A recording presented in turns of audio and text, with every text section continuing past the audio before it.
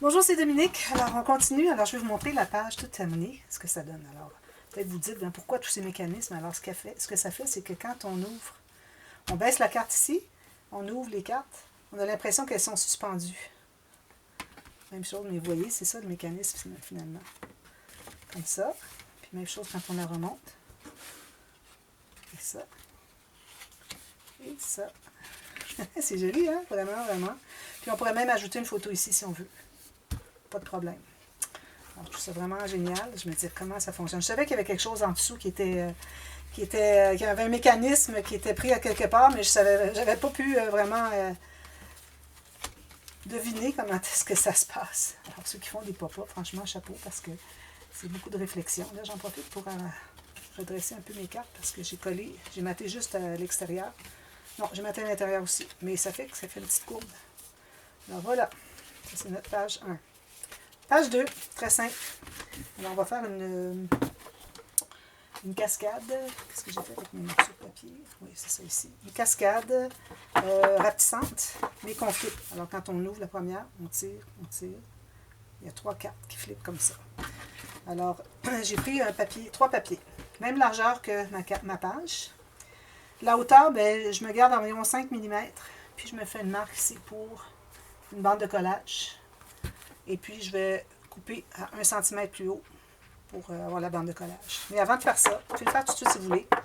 Mais avant de faire ça, alors j'ai mes 3 cartes bien droites ici, bien important. Alors, ce que j'ai fait, c'est qu'à partir de ma marque que je me suis faite sur le premier papier, qui correspond à 5 mm de moins que la hauteur de la page, je me suis fait une autre marque ici, 3 cm plus bas sur la deuxième carte, et encore 3 cm plus bas sur la troisième carte. Vous voyez, ça donne ça. Ici, ici, ici. Mais ici, on ne coupe pas là. Il faut toujours s'ajouter une bande de collage. Comme ça. OK? Alors, on va couper la première.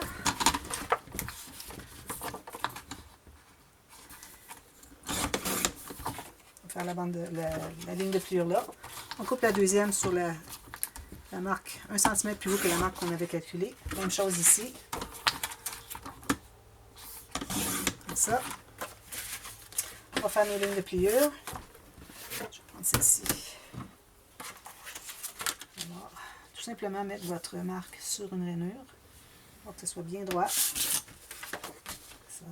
ici comme ça. Et une comme ceci. Voilà. J'ai fait souvent celle-là. Et j'aime bien la faire parce que je la trouve vraiment géniale. Ici, il faut que je vérifie. Je suis certaine que... Ok, c'est ma coupe ici qui n'est pas droite. C'est pas de problème quand c'est juste la bande de collage, mais il faut vraiment que votre pli soit bien droit. On efface les marques qu'on a fait. Voilà. On va biseauter les coins. Alors là, biseauter les coins, quand on biseaute les coins, vous savez, quand on fait une cascade, c'est à condition qu'on mate les espaces entre les cartes. Si on décide qu'on ne les mate pas, alors il ne faut pas les biseauter. Je vois souvent des gens qui ont fait des cascades puis qui ont biseauté cette bande-là, mais ils ne l'ont pas couverte. Alors ça fait un petit peu ordinaire là, de voir des pointes qui manquent. Alors si vous ne voulez pas mater, quand vous allez avoir collé les cartes, si vous ne voulez pas mater les espaces entre chaque carte, ne biseautez pas. Okay? Alors là, la première, c'est la plus grande, celle-ci. On va la coller en haut. C'est certain que je vais arrondir tous mes coins. Je vais le faire plus tard parce que bon, ça prend du temps. Puis, c'est accessible, alors je peux le faire plus tard. Moi, je recommande toujours de biseauter parce que je trouve que ça endommage les pages quand les coins sont arrondis un peu. Alors là, je colle ça bien droit en haut, bien droit sur le côté ici, jusqu'en haut, pour libérer mon 3-4 mm. J'avais dit 5 peut-être, mais bon. Vous pouvez que vous ayez 2 ou 3, c'est le minimum. Il faut avoir autant, plus si vous voulez. Alors ça, on a ça comme ça. Ensuite, on a le deuxième format. Très simple. On met bien droit en bas sur la carte précédente. Puis, on colle comme ceci. Bien droit. Je vais aller presser mon autre tout à l'heure que je n'ai pas pressé. Ici. Ici. Puis, ici.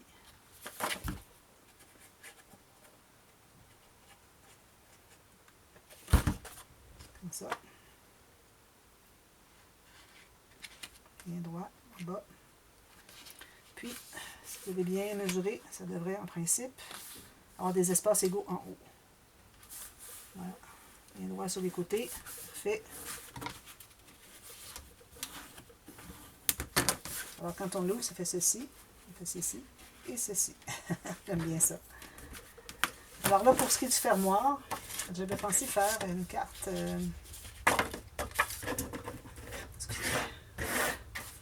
carte comme ceci dans une pochette, mais je pense que ça va peut-être être un peu gros. En même temps, ben, ça pourrait être bien joli. Alors, ou bien vous faites une carte tout simplement. Alors, vous mettez ici sur un papier uni. Peut-être même faire 2 étages. Alors, un papier comme, je sais pas moi, craft. Ensuite, un papier blanc. Puis, vous laissez une bande de collage. Puis, vous laissez environ 4 mm de gousset. Vous collez votre bande de collage ici bien centrée. Vous allez mettre un aimant derrière ici, puis un aimant ici. Donc, ça ferme comme ça. Ou bien, vous pouvez en faire une carte. Alors, moi, je vais faire la carte en bleu. Ensuite, je vais alors, c'est pour ça que j'ai laissé beaucoup plus que juste 1 mm tout le tour. Parce que je vais faire en bleu, comme ceci, dessous. Comme ça, comme ça. Donc, si je veux avoir de la marge de manœuvre pour mon deuxième papier, avoir 1 à 2 mm tout le tour, ben, il faut que j'aie un peu plus par rapport à la carte. Puis, je vais faire ici, je voulais la couper un peu, je la trouvais trop grande. Comme ça, une pochette. Alors, j'ai mesuré par rapport à la base de ma carte un peu plus large, environ, j'ai 4 mm de plus, 4-5. Et puis la hauteur, ben, pas trop haut, même que j'aurais pu la faire encore plus petite. Comme ça. Alors moi, je me suis calculé 5 cm et demi, 2 pouces et quart. Okay. Puis une bande de collage. Alors vous allez avoir 2 portions de la largeur ici, plus une bande de collage, comme ceci. Je vais biseauter comme ceci. Je vais coller ici.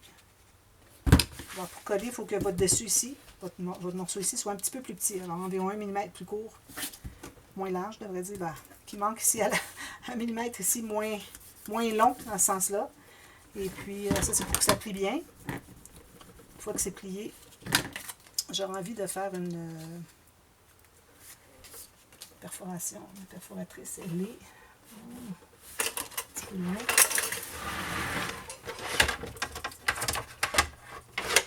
Excusez, je suis un petit peu limitée dans mon espace ici, là.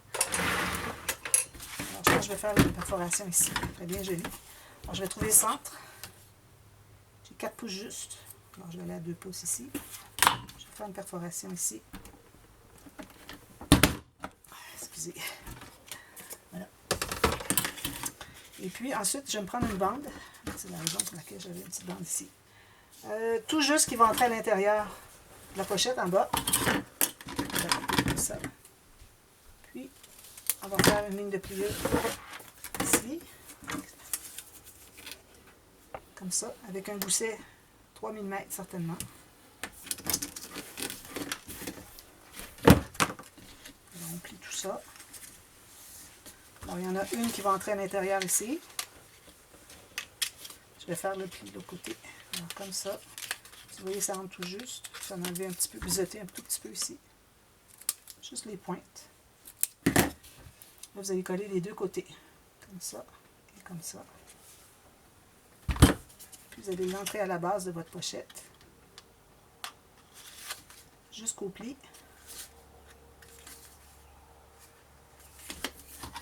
On va coller tout ça des 2 côtés. Ensuite, je vais prendre ma page. Je vais trouver le centre. Alors moi, ce que je vais faire, c'est que je vais trouver le centre par rapport à la hauteur ici, pour que ce soit plus facile à calculer. Centrer comme ceci. Je vais faire un petit peu plus bas. Un petit peu plus bas. Moi, je me trouve à 6 pouces et demi, à peu près. Je vais aller à 3 pouces et quart, comme ça. Alors là, je mets de la colle seulement sur la bande de collage, juste derrière. Ça se trouve être sur le dessus, là, mais bon. Derrière, dans le sens qu'on va la coller comme ça. Puis vous la collez tout juste sur le bord de la page, bien centré avec votre marque ici. Comme ça.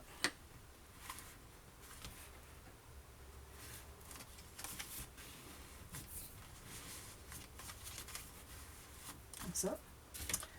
Là, je vais avoir ma carte qui va être toute mattée ici. Je vais matter l'arrière, mais avant, il faut installer un aimant. Alors, ma petite carte va entrer ici. Comme ça. Puis quand tout va être terminé, tout fermé comme ça, avec l'aimant ici, alors on va mettre, je vais mettre l'aimant, ensuite je vais matter, je vais mettre l'aimant tout de suite pour vous montrer. Alors, je vais prendre, je pense que 8 mm, c'est peut-être suffisant. J'essaie souvent de dépasser, puis j'ai la difficulté, c'est jamais suffisamment fort.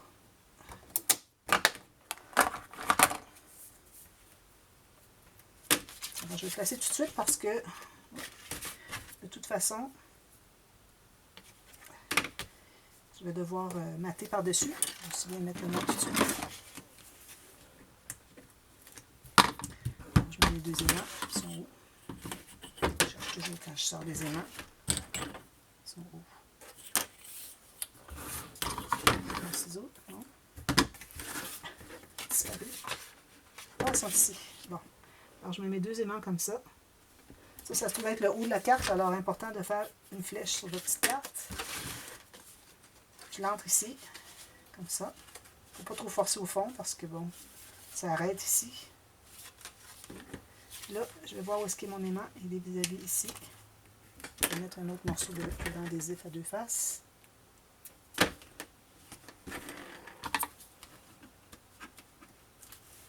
Puis, je m'assure que tout est bien droit, bien plat, partout. Mon gousset ici, perpendiculaire avec la table. Puis, je m'assure que ce soit bien droit ici. Puis, je vais presser pour placer mon aimant. Mon aimant, il est ici. Juste sur le bord de mon ruban adhésif. Bon, voilà. Alors, on va rester à mater, excusez, les deux côtés de la carte ici. Ensuite, installer mon image ici. Mater le dessus ici, même chose ici. Alors là, c'est le matage. Il faut idéalement avoir 1 mm tout le tour qui laisse le papier blanc. Alors, une fois que vous allez en avoir un qui est bien installé, vous savez qu'il est le bon format, tout bien avec la petite bordure tout le tour, vous faites la même chose de l'autre côté avant de coller. Et ça, c'est plus facile à calculer juste une fois plutôt que deux. Ensuite ben, c'est ça, on va mater tout ça. Moi, je mets des espaces photos unis avec des incrustations. Je vais arrondir tous les coins. Puis, ici, on peut faire des bandes différentes ou on peut faire une image interrompue.